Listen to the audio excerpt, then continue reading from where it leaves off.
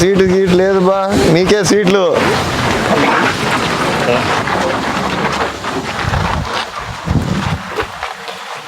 ఎంత wait carry చేస్తుంది ఇది ఒకసారి? 10 లీటర్స్. 10 పెట్టుకుంటాం. మనిషిని లేపుతుందా? లేపదు కదా.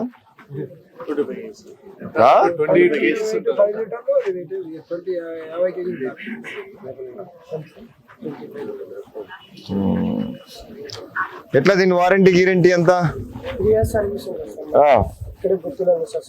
గుత్తిలో ఉందా? ఈ పార్ట్స్ గీట్స్ అంతా